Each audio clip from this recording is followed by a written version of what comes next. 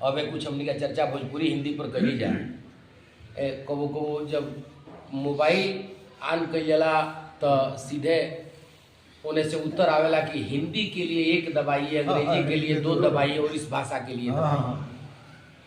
तो उसी पर एक हमारा छोटा सा व्यंग है कि जैसे ही मैंने हिंदी के लिए 1 का बटन दबाया, हेलो सर कह के ऑपरेटर बुदबुदाया। जैसे ही मैंने हिंदी के लिए 1 का बटन दबाया, हेलो सर कह के ऑपरेटर बुदबुदाया। मैंने कहा आप सर नहीं श्रीमान कहिए। मैंने कहा आप सर नहीं श्रीमान कहिए, मैंने हिंदी के लिए अनुरोध दर्ज कराया है और इसमें अंग्रेजी मत मिलाइए क्योंकि मैंने 1 का बटन दबाया है।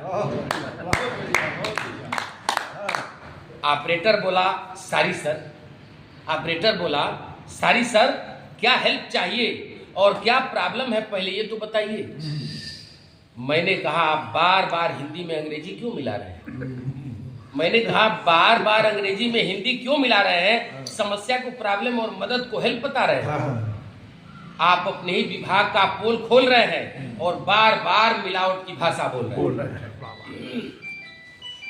अगर मिलावट खाने में होगी, मैं उसको नसीहत दिया, अगर मिलावट खाने में होगी तो सेहत बिगड़ जाएगा और मिलावट दवाओं में होगी तो मरीज मर जाएगा। लेकिन यदि भाषा में मिलावट होगी तो सब कुछ चला जाएगा और हमारा देश हमारी संस्कृति से छला जाएगा और हमारा देश हमारी संस्कृति से छला जाएगा। उसने कहा, उसका जवाब सुनिएगा।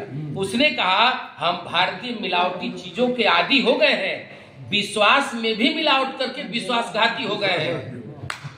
जब हम धर्म को राजनीति में मिलाते हैं तभी तो सरकार बनाते हैं। अब तो मिलावट संबंधों में हो गया है, रिश्ता लालच और स्वार्थ में खो गया है।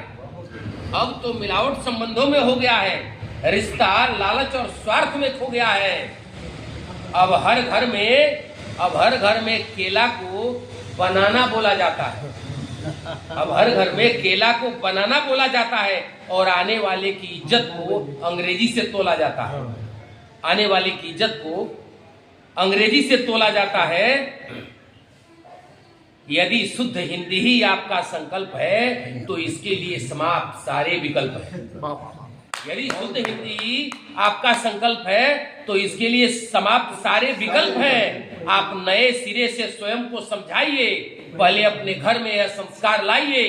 आप स्वयं इस बात पर खेद करिए और मान्यवर अब काल विच्छेद करिए। बहुत बढ़िया, बहुत बढ़िया।